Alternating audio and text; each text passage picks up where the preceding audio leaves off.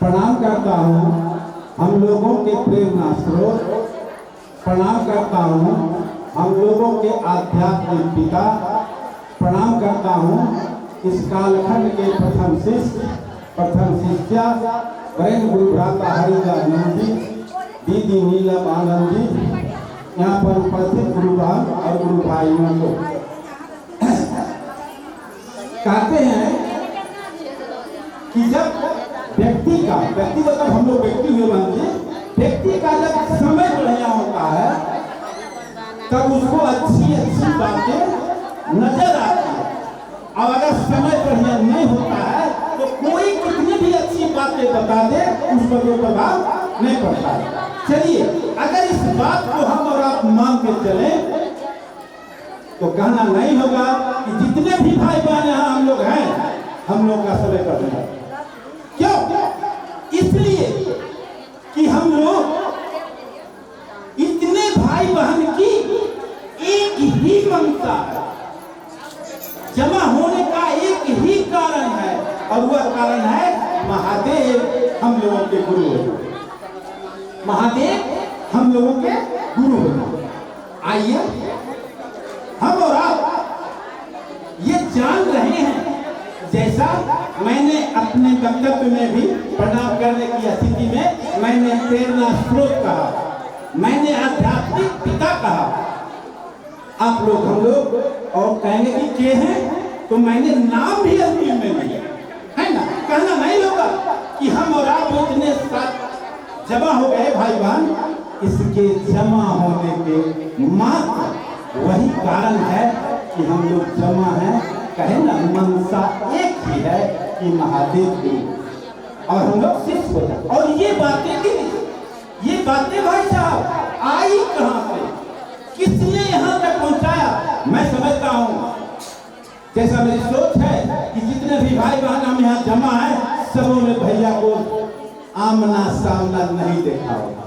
अधिकतर देख रहे, सबों ने नहीं देखा होगा। फिर भी नहीं देखने के बाद भी हम और आप उनके बातों, उनके कथनानुसार चलने को तैयार हैं ही नहीं चल रहे।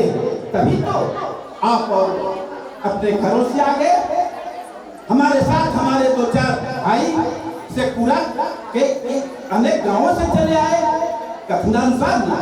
आइए, अब जब हम लोग इतनी बातें कर रहे हैं तो सोचना यह होगा कि सफल हो असफल ना हो।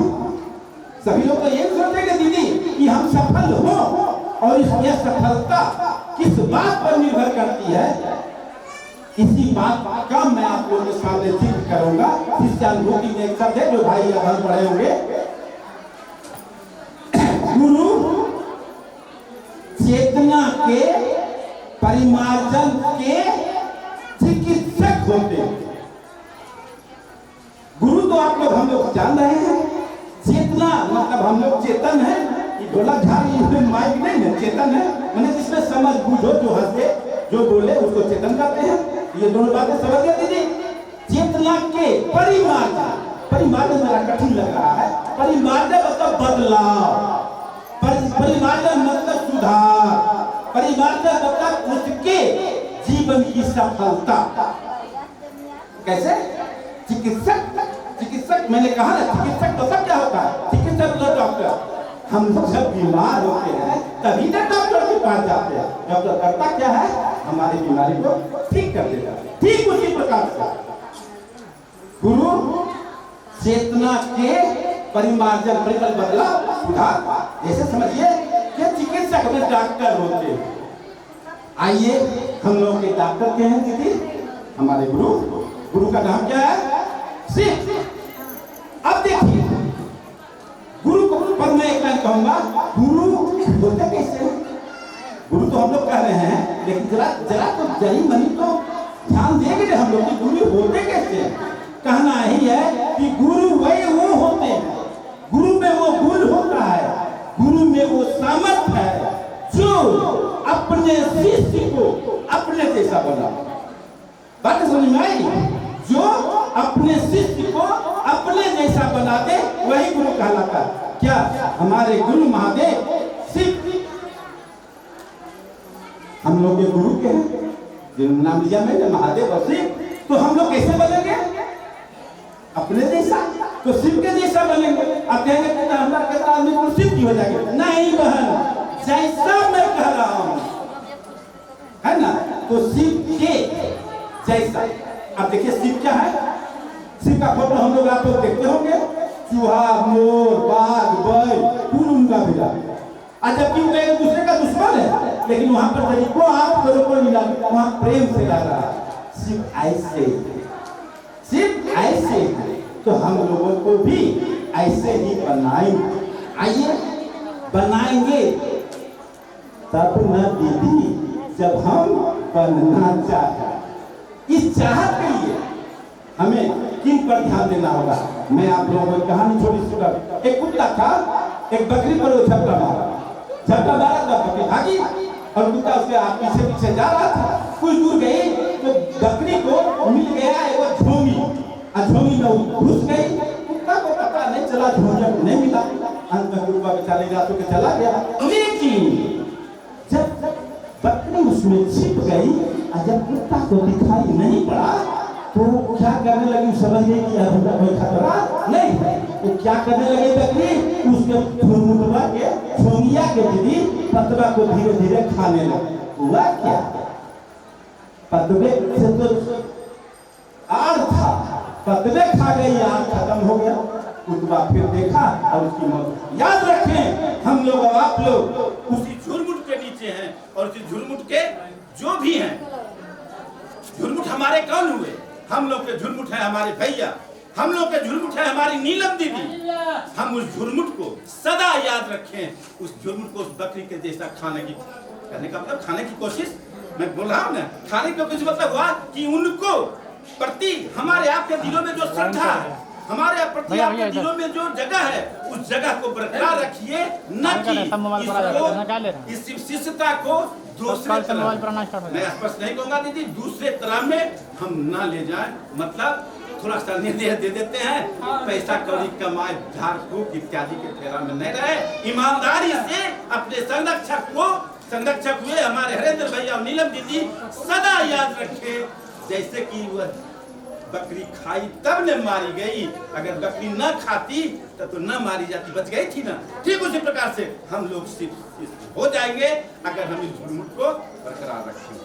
और अंत में मैं एक बात आप लोगों से कहूंगा दीदी, पूजा जब हम लोग करते हैं तो सारी बहन, सारे जाति के सारे लोग मंदिरों को जाते करना चाहिए, अच्छी बात है। लेकिन मंदिरों तक जो जाते तो हैं, लेकिन एक दिन में सुबह भी जा रहे हैं, शाम भी जा रहे हैं समझौती देवेले। यह क्रिया सावन का महीना है अभी, इत्यादि इत्यादि पर्व त्योहार हिंदुओं में बहुत आ रहा है। लेकिन जरा एक चीज तो सोचिए कि क्या जब इतने दिनों से इतनी बार बहन लोग, मैं भाई लोग भी मंदिर जा रहा हूँ, हो क्या रहा, परिणाम क्या मिल रहा है? आप देखिए परिणाम क्या मिल रहा है, मैं आपके सामने रखना चाहूंगा, जरा सा ध्यान देंगे। पूजा करने वाले लोग जा रहे हैं और आ रहे हैं, जा रहे हैं, आ रहे हैं, परिणाम कुछ मिल नहीं रहा। क्यों? इसलिए कि परंपराओं के, परंपरा मतलब दीदी देखा देखी, जैसे हमारे बाबूजी जैसे के, हमारे बाबा जैसे के, है ना, वैसी उसी ढंग से सब करते आ रहे हैं। बाबा भी चले गए, बाबूजी भी चले गए, हम भी एक दिन चले जाएंगे। इससे बचिए, इसका ध्यान रखिए। क्यों? इसलिए कि पत्थर की मूर्ति वहां है, किन्हीं की हो, लेकिन है तो पत्थर की मूर्ति दीदी एक बार जब बल गई और मंदिर को चली गई तो वो फिर वापस नहीं आती है और उसकी पूजा होती है, उसकी पूजा होती है। हम और आप बहने लोग अपना आंचल फैलाते हैं, हम भाई लोग अपना गमछी फैलाते हैं, हाथ फैलाते हैं, मांग करते हैं कि हमारी पूरी कर। बातें सुनी भाई, ध्यान रखें कि हम और आप वहां जाते हैं, हम और आप वहां जाते हैं किस लिए? अपने जीवन की कठिनाइयों को भगाने के लिए, दूर करने के लिए। अगर मैं पूछूं दीदी, यहाँ हम लोग कहाँ लाए जी? यहाँ भी तो उसी काम से आए है ना?